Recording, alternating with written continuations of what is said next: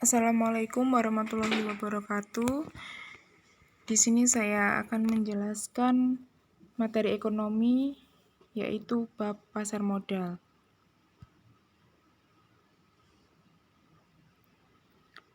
Pengertian pasar modal. Pasar modal merupakan pasar untuk berbagai instrumen keuangan jangka panjang yang bisa diperjualbelikan baik dalam bentuk utang maupun modal sendiri.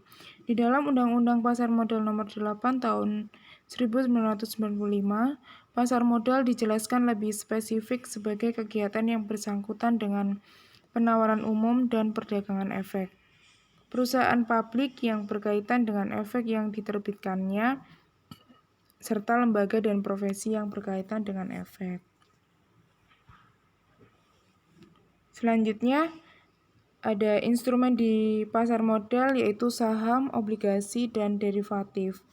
Untuk saham merupakan surat tanda ikut penyertaan atau kepemilikan seseorang atau badan atas suatu perusahaan. Definisi menurut para ahli.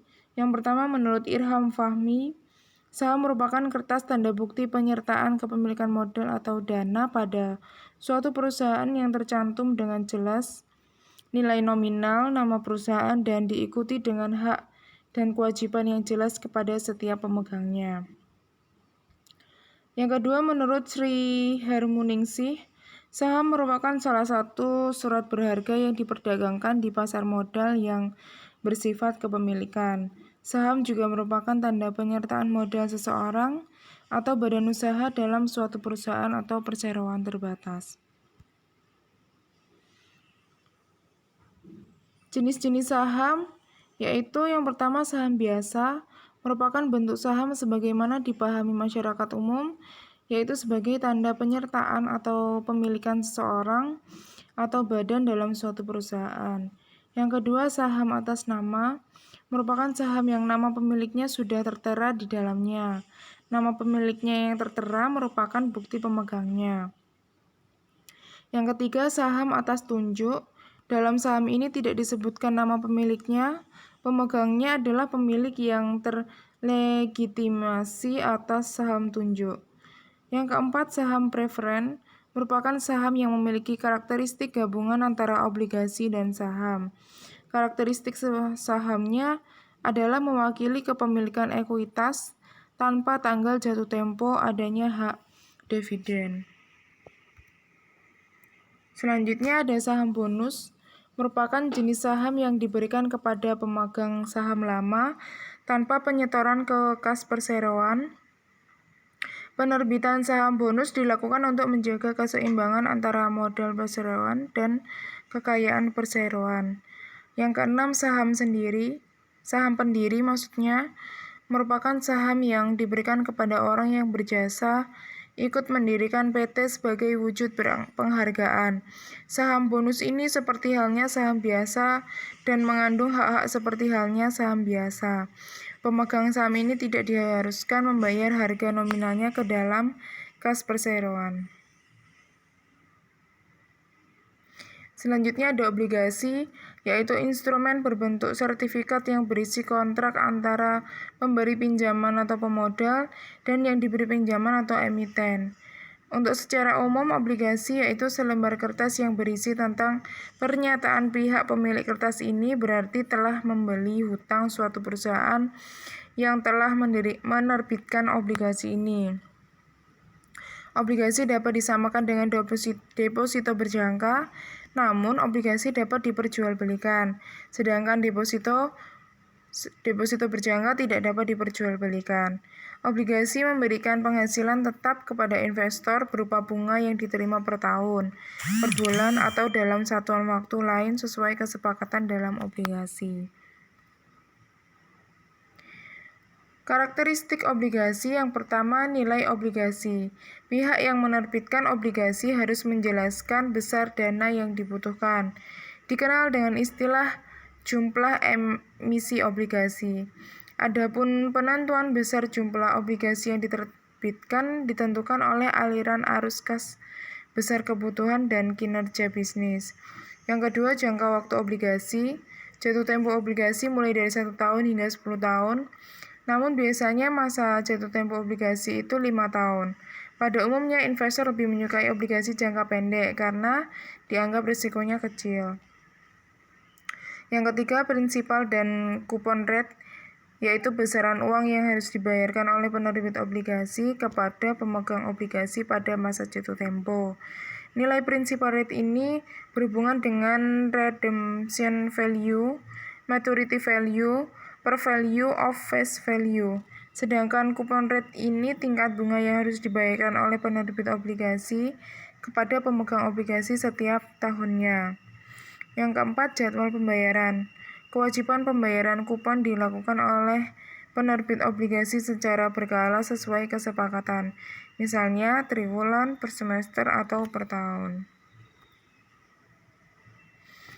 Selanjutnya, instrumen derivatif, yaitu instrumen yang nilainya diturunkan dari nilai aset dasarnya atau underlying asset.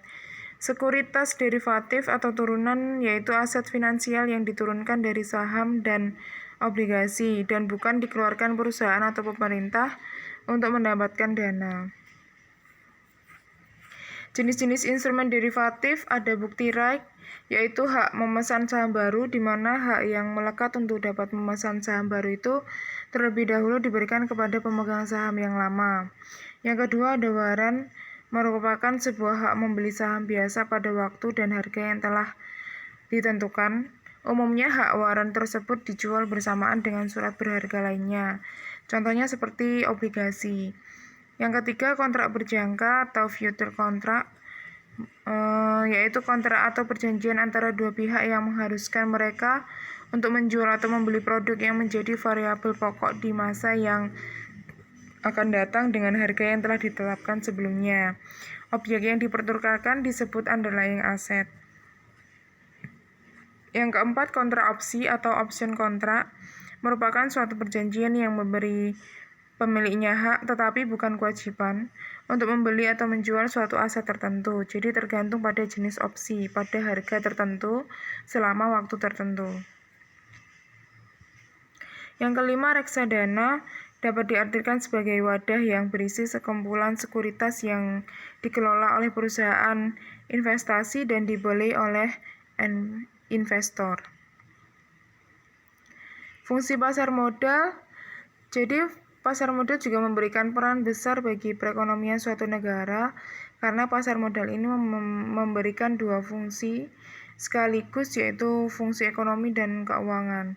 Untuk fungsi ekonomi, pasar modal dikatakan memiliki fungsi ekonomi karena pasar modal menyediakan fasilitas atau wahana yang mempertemukan dua kepentingan, yaitu pihak yang memiliki kelebihan dana atau investor dan pihak yang memerlukan dana atau issuer.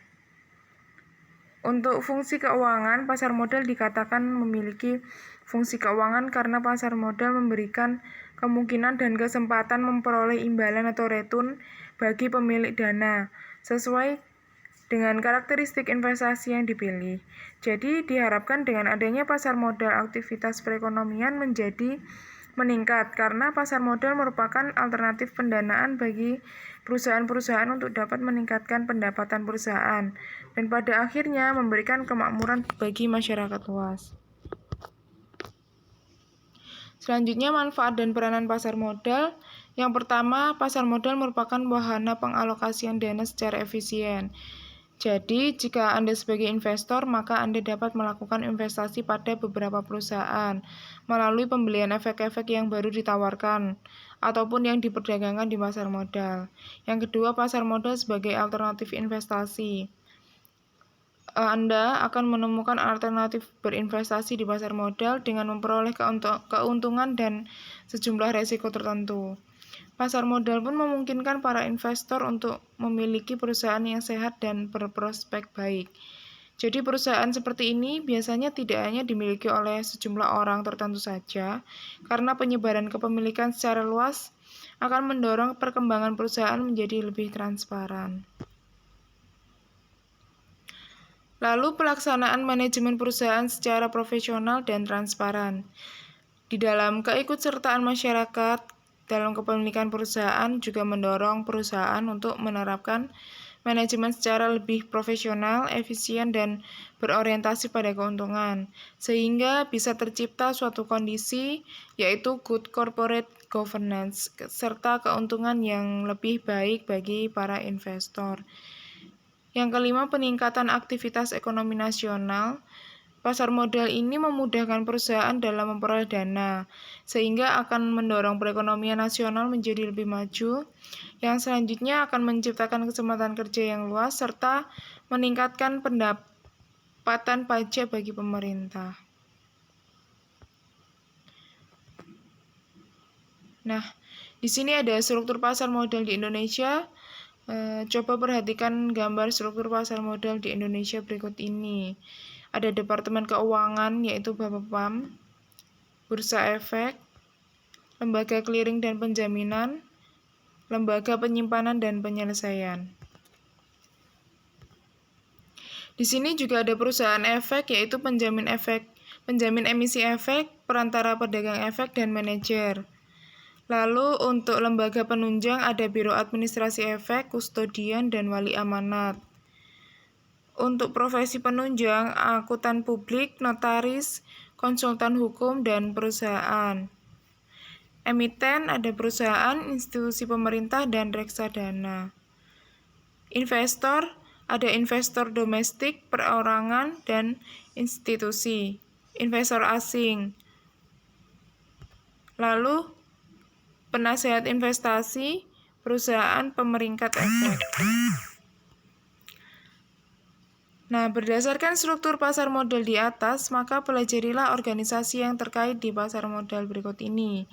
Yang pertama ada Badan Pengawas Pasar Modal, yaitu Bapepam, memiliki kewenangan untuk melakukan pembinaan, pengaturan, dan pengawasan pasar modal di Indonesia. Bapepam berada di bawah Menteri Keuangan dan bertanggung jawab kepadanya. Yang kedua, perusahaan memperoleh dana di pasar modal dengan melaksanakan penawaran umum atau investasi langsung, atau private placement. Perusahaan ini dikenal sebagai emiten. Lalu ada Self-Regulator Organizations, atau SRO, yaitu organisasi yang memiliki kewenangan untuk membuat peraturan yang berhubungan dengan aktivitas usahanya. SRO ini terdiri atas yang pertama Bursa Efek, yaitu pihak yang menyelenggarakan dan menyediakan sistem atau sarana untuk mempertemukan penawaran jual dan beli efek pada pihak-pihak lain dengan tujuan memperdagangkan efek antar mereka. Di Indonesia yang telah mendapat izin usaha dari Bapepam yaitu Bursa Efek, BEJ, dan BES. Selanjutnya ada Lembaga Clearing dan Penjaminan atau LKP, yaitu pihak yang menyelenggarakan jasa clearing dan penjaminan transaksi bursa agar terlaksana secara teratur, wajar, dan efisien. Lembaga yang telah memperoleh izin dari Bapepam adalah PT KPEI.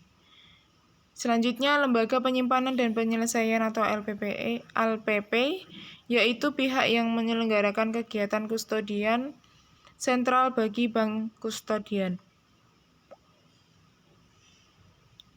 Perusahaan efek dan pihak lain. Lembaga yang telah memperoleh izin yaitu PT KSEI. Selanjutnya, perusahaan efek adalah perusahaan yang mempunyai aktivitas sebagai penjamin emisi efek, perantara pedagang efek, manajer investasi, atau gabungan dari ketiga kegiatan tersebut. Nah, jadi bagaimana kegiatan mereka? Untuk penjamin emisi efek, itu salah satu aktivitas pada perusahaan efek yang melakukan kontrak dengan emiten. Dia melaksanakan penawaran umum dengan tanpa kewajiban untuk membeli sisa efek yang tidak terjual. Lalu perantara pedagang efek, ini salah satu aktivitas pada perusahaan efek yang melakukan kegiatan usaha jual beli efek untuk kepentingan sendiri atau pihak lain. Dan selanjutnya manajer investasi, di mana pihak yang kegiatan usahanya mengelola portofolio efek untuk para nasabah atau mengelola portofolio investasi kolektif untuk sekelompok nasabah. Kecuali perusahaan asuransi, dana pensiun, dan bank yang melakukan sendiri kegiatan usahanya berdasarkan undang-undang yang berlaku. Untuk penasehat investasi, yaitu pihak yang memberi nasihat kepada pihak lain mengenai penjualan atau pembelian efek. Lalu lembaga penunjang pasar modal. Lembaga ini terdiri atas Biro Administrasi Efek, yaitu pihak yang berdasarkan kontrak dengan emiten melaksanakan pencatatan pemilikan efek dan pembagian hak yang berkaitan dengan efek. Lalu ada kustodian, yaitu pihak yang memberikan jasa penitipan efek dan harta lain berkaitan dengan efek serta jasa lain, termasuk menerima dividen, bunga, dan hak lain, menyelesaikan transaksi efek, dan mewakili pemegang rekening yang menjadi nasabahnya. Yang ketiga, wali amanat, yaitu pihak yang mewakili kepentingan pemegang efek bersifat utang. Selanjutnya, ada profesi penunjang seperti akuntan publik, notaris, konsultan hukum, dan perusahaan penilai ini turut berperan dalam memperlancar proses kegiatan di pasar modal.